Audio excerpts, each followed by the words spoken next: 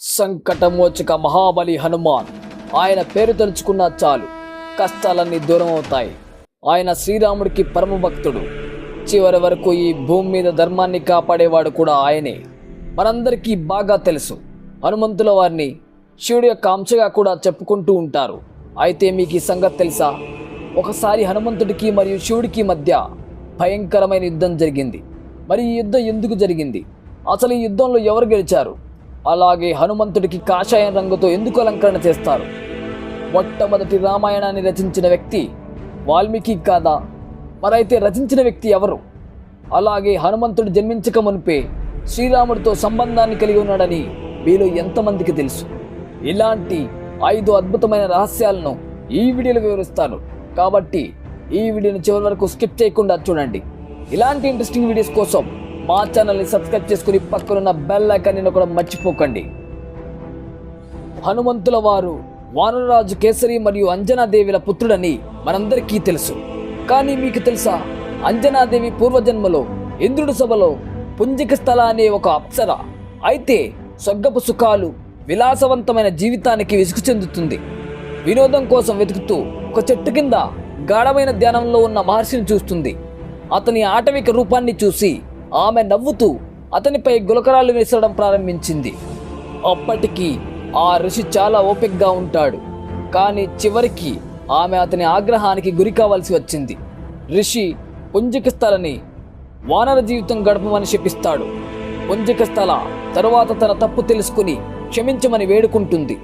ఋషి అతని కోపం తగ్గిన తర్వాత అతను తన శాపాన్ని తీసివేయలేనని కటువుగా చెప్తాడు. కానీ ఆకర్షణీయం కాని వానర రూపంలో కూడా ఆమె మానవ జాతిచే ఇప్పటికీ కూడా గౌరవించబడుతుంది, పూజించబడుతుంది. అయితే ఈ శాపం కారణంగా మరుసటి జన్మలో పుంజిక స్థల కుంజర్ని కుటుంబంలో అంజనిగా జన్మించి వానరరాజు కేసరిని వివాహం చేసుకుంటుంది. వాయుదేవుడు వరాన్ని పొంది చైత్రమాసం శుక్ల పూర్ణిమ నాడు హనుమంతునికి జన్మనిచ్చింది. హనుమంతుని జన్మకు సంబంధించి మరొక కథ కూడా ఉంది. ఇది మీలో చాలా మందికి తెలిసి ఉండదు. ఈ కథ ప్రకారం హనుమంతుడు జన్మించక మునిపే శ్రీరాముడితో సంబంధాన్ని కలిగి ఉన్నాడు. ఆనంద రామాయణం సారాకాండ ప్రకారం దశరథ మహారాజు పుత్రప్రాప్తి కోసం యాగం చేస్తాడు. అప్పుడు అగ్నిదేవుడు ప్రత్యక్షమయ్యి ప్రసాదంగా పాయసాన్ని ఇస్తాడు. దశరథ మహారాజు ఈ పాయసాన్ని 3 రాణులకు సమానంగా పంచిస్తాడు. కైకేయికి ఇచ్చిన భాగాన్ని ఒక పక్షి దొంగిలించి తీసుకొని పోతుండగా ఆ పక్షి నోట ఉన్న పాయసం కింద పడి అంజనాదేవికి దొరుకుతుంది. ఆమె ఆ పాయసాన్ని తింటుంది. దాని తర్వాత హనుమంతుడికి జన్మనిస్తుంది. ఇక్కడ ఒక పక్క ఆ పాయసం తినడం వల్ల శ్రీరాముడు, లక్ష్మణుడు, భరత శత్రుఘ్నులు జన్మిస్తే, ఇంకో పక్క అదే పాయసాన్ని తిన్న అంజనాదేవికి మహాబలి హనుమంతుడు జన్మిస్తాడు. పురాణాల ప్రకారం హనుమంతుణ్ణి శివుడి యొక్క అంశగా చెప్పుకుంటూ ఉంటారు. అయితే ఒకసారి హనుమంతుడికి మరియు శివుడికి మధ్య భయంకరమైన యుద్ధం జరుగుతుంది. పద్మపురాణం పాతాళకాండ ప్రకారం శ్రీరాముడు అశ్వమేధ యాగం చేస్తాడు. ఈ యజ్ఞంలో భాగంగా గుర్రాన్ని విడిచిపెడతారు. ఆ గుర్రం పరిగెడుతూ రాజా వీరమణి యొక్క నగరాన్ని చేరుతుంది. కానీ అక్కడ ఈ గుర్రాన్ని బంధిస్తారు. ఈ యాగంలో వదిలిన గుర్రాన్ని ఎవరైనా అడ్డుకుంటే వదిలిన వారితో యుద్ధాన్ని చేయాల్సి వస్తుంది. గుర్రాన్ని బంధించిన సంగతి తెలుసుకున్న శత్రుఘ్నుడు వీరమణి మీద యుద్ధానికి వస్తాడు. ఇంకొక పక్క వీరమణి ఆ మహాశివుడికి పరమభక్తుడు. ఈ యుద్ధంలో తానే గెలవాలని శివుడిని సహాయాన్ని కోరుతాడు. శివుడు కూడా అతనికి సహాయం చేయడానికి సిద్ధం అవుతాడు. కానీ ఎప్పటి వరకు అంటే శ్రీరాముడు యుద్ధానికి దిగినంత వరకు మాత్రమే అని షరతు పెట్టి ఒప్పుకుంటాడు. యుద్ధం మొదలైంది. శివుడు వీరభద్రుడు రూపం దాల్చి యుద్ధానికి దిగుతాడు. ఒక మోస్తారు యుద్ధం జరుగుతుంది. ఇందులో భరతుడి కుమారుడైన పుష్కల్ చనిపోతాడు. శత్రుఘ్నుడు కూడా మూర్ఛపోతాడు.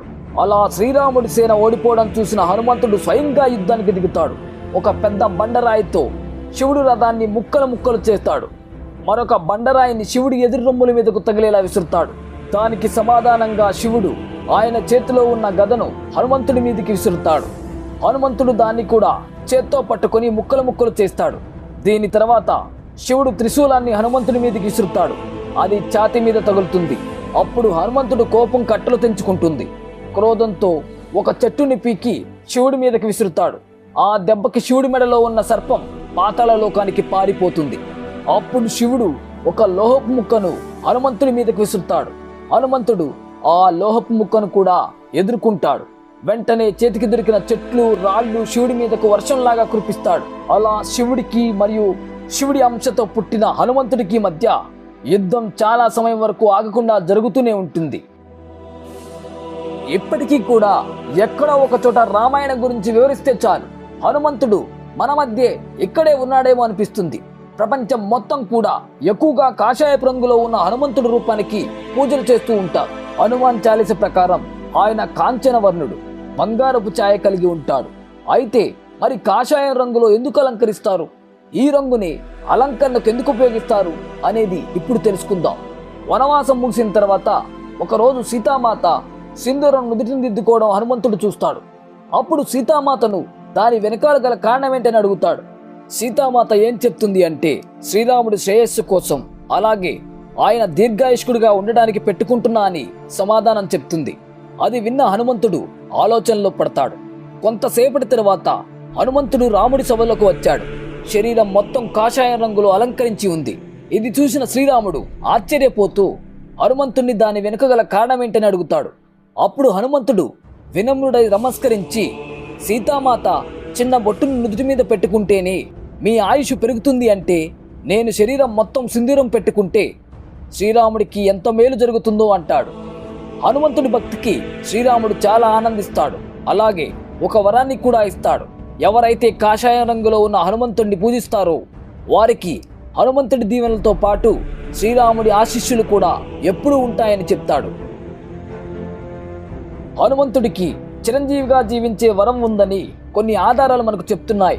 అందుకే హనుమంతుడు ఇప్పటికీ కూడా మన మధ్య ఉన్నాడు అంటుంటారు.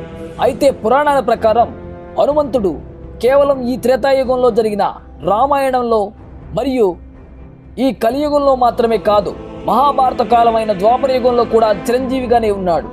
మహాభారత యుద్ధంలో హనుమంతుడు మహత్తరమైన కార్యాన్ని చేశాడు. మహాభారతం ప్రకారం హనుమంతుడు అర్జునుడికి యుద్ధంలో తోడుగా ఉంటానని వరాన్ని ఇస్తాడు. అందుకే కురుక్షేత్ర యుద్ధంలో అర్జునుడి రథం మీద విరాజితుడై యుద్ధం ముగిసే వరకు అర్జునుడికి సహాయం చేశాడు. యుద్ధం ముగిసిన తర్వాత అర్జునుడు రథాన్ని విడిచి దిగ్గానే శ్రీకృష్ణుడు హనుమంతుడికి కృతజ్ఞతలు తెలియజేస్తాడు. హనుమంతుడు శ్రీకృష్ణుడికి నమస్కరించి మాయమవుతాడు. అలా హనుమంతుడు రథాన్ని విడిచిపెట్టగానే రథం కాలి బూడిదవుతుంది. అది చూసిన అర్జునుడు ఆశ్చర్యపోతాడు. అప్పుడు శ్రీకృష్ణుడు అర్జునుడికి ఏమని చెప్తాడంటే, యుద్ధంలో హనుమంతుడు నీకు నీ రథానికి రక్షణగా ఉన్నాడు. అతను కనుక లేకపోతే మీరు యుద్ధాన్ని గెలవడం అసంభవం అని చెప్తాడు. ఇప్పుడు మనకెన్నో రామాయణాలు అందుబాటులో ఉన్నాయి. ఒక్కో దిక్కున ఒక్కో రకమైన కథలు ప్రచారంలో ఉన్నాయి.